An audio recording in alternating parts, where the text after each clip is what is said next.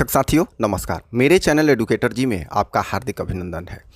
यह वीडियो वैसे शिक्षक साथियों के लिए है जो बीपीएससी द्वारा निकाले गए प्रधान शिक्षक की तैयारी में लगे हुए हैं। तो अब समय बहुत ही नज़दीक आ गया है। इस वीडियो में आप सामान्य विज्ञान के 20 से 25 बहुत ही महत्वपूर्ण ऐसे प्रश्न देखेंगे जो प्रायः कॉम्पिटिटिव परीक्षाओं में पूछे जाते हैं। तो पहला प्रश्न है, लघु पथन के समय परिपथ में विद्युत धारा का मान अर्थात क्या होता है।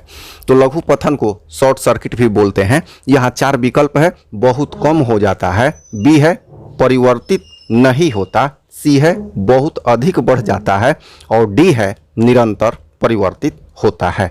तो यहाँ विकल्प हो जाएगा सी, बहुत अधिक बढ़ जाता है। अगला प्रश्न है, विद्युत जनित्र का सिद्धांत आधारित है। 4 विकल्प दिया गया है, धारा के ऊष्मीय प्रभाव पर, बी है विद्युत चुंबकीय प्रेरण पर, सी है प्रेरित चुंबकत्व पर और डी है प्रेरित विद्युत पर। तो यहाँ सही विकल्प हो जाएगा बी, विद्युत चुंबकीय प्रेरण पर।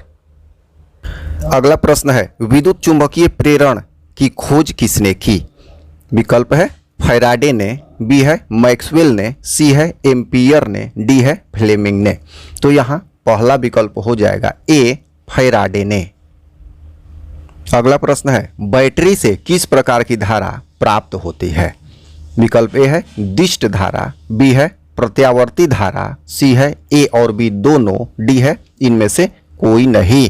तो विकल्प हो जाएगा ए, बैटरी से दिष्ट धारा प्राप्त होती है। अगला प्रश्न है, डायनेमो से किस प्रकार की धारा प्राप्त होती है।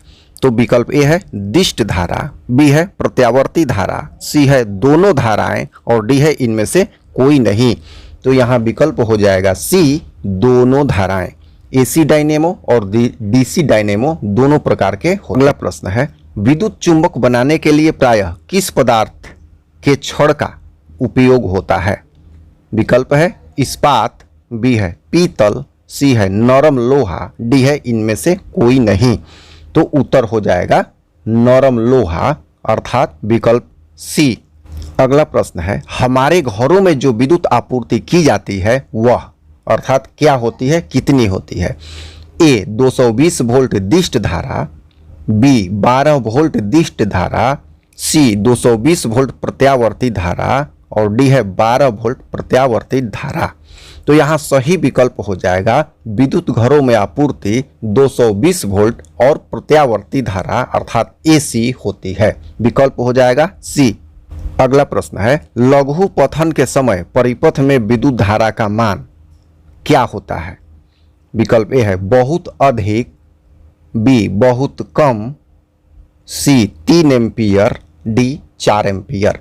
तो जैसा कि एक प्रश्न ऊपर किया जा चुका है कि लघु पथन अर्थात शॉर्ट सर्किट के समय विद्युत धारा का मान बहुत अधिक बढ़ जाता है। अगला प्रश्न है, किसी सीधे चालक में धारा की दिशा और उससे संबद्ध चुंबकीय क्षेत्र की दिशा जिस नियम से ज्ञात की जा सकती है वह है। 4 विकल्प है, ए फ्लेमिंग का वाम हस्त नियम, बी फ्लेमिंग का दक्षिण हस्त नियम, सी मैक्सवेल का दक्षिण हस्त नियम और डी मैक्सवेल का वाम हस्त नियम।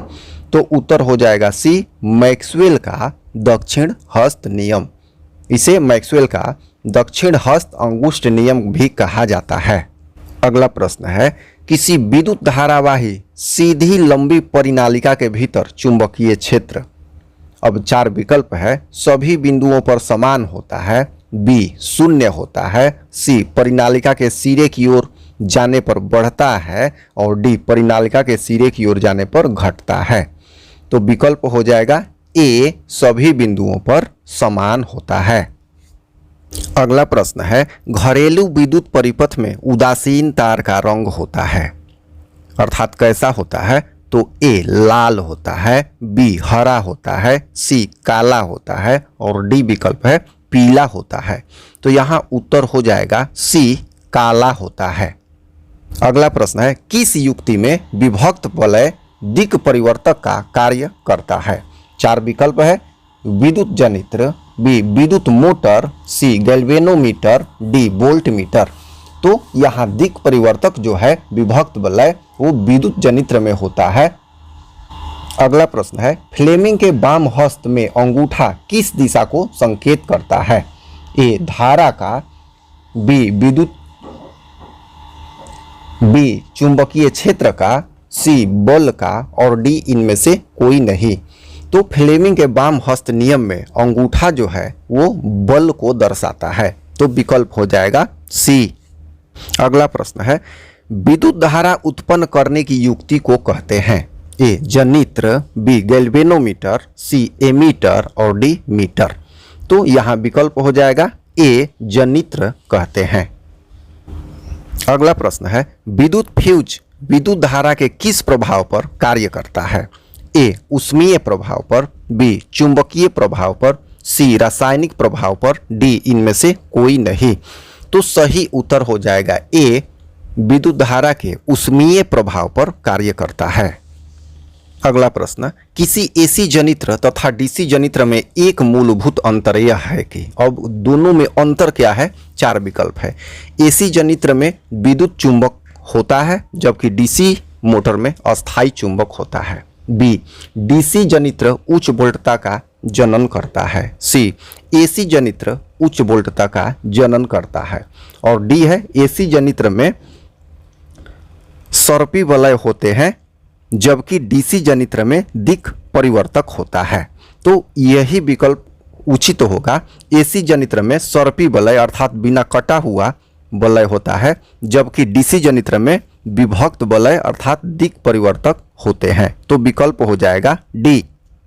अगला प्रश्न है, घरेलू वायरिंग में 3 तार होते हैं, गर्म, ठंडा और अर्थ। इन तारों के रंग होते हैं हरा, काला, लाल। काला, हरा, लाल ये क्रम से दिया हुआ है चारों विकल्प। तो यहाँ प्रश्न है गर्म, जिसे विद्युन्मय तार कहते हैं, तो ये लाल होता है। और ठंडा अर्थात उदासीन, तो यह काला होता है। और एक होता है भूसंपर्क जो हरा होता है। तो यहाँ लाल, काला तथा हरा अर्थात विकल्प सी उचित होगा। अगला प्रश्न है, किसी क्षण चुंबक के अंदर चुंबकीय क्षेत्र की दिशा क्या होती है? ये क्षण चुंबक के अंदर की बात हो रही है, बड़ा महत्वपूर्ण प्रश्न है। उल्टा होता है, उत्तर ध्रुव से दक्षिण ध्रुव की ओर, दक्षिण ध्रुव से उत्तर ध्रुव की ओर, उत्तर ध्रुव से पश्चिम ध्रुव की ओर और दक्षिण ध्रुव से पश्चिम ध्रुव की ओर। यहाँ सही विकल्प हो जाएगा बी दक्षिण ध्रुव से उत्तर ध्रुव की ओर। अगला प्रश्न है, चुंबकीय क्षेत्र की तीव्रता का मात्रक। तो 4 विकल्प है, न्यूटन प्रति ampere metre square, B newton ampere metre, C newton ampere square metre और डी है न्यूटन स्क्वायर एम्पियर मीटर। तो विकल्प हो जाएगा बी न्यूटन प्रति एम्पियर मीटर। तो इस तरह से इस वीडियो में इतने ही प्रश्न रखे जा रहे हैं। फिर हम लोग अगले वीडियो में कुछ प्रश्नों का लॉट लेकर सामान्य अध्ययन अथवा डीएलएड से रिलेटेड अथवा सामान्य विज्ञान से संबंधित कुछ प्रश्नों को लेकर उपस्थित होंगे। धन्यवाद।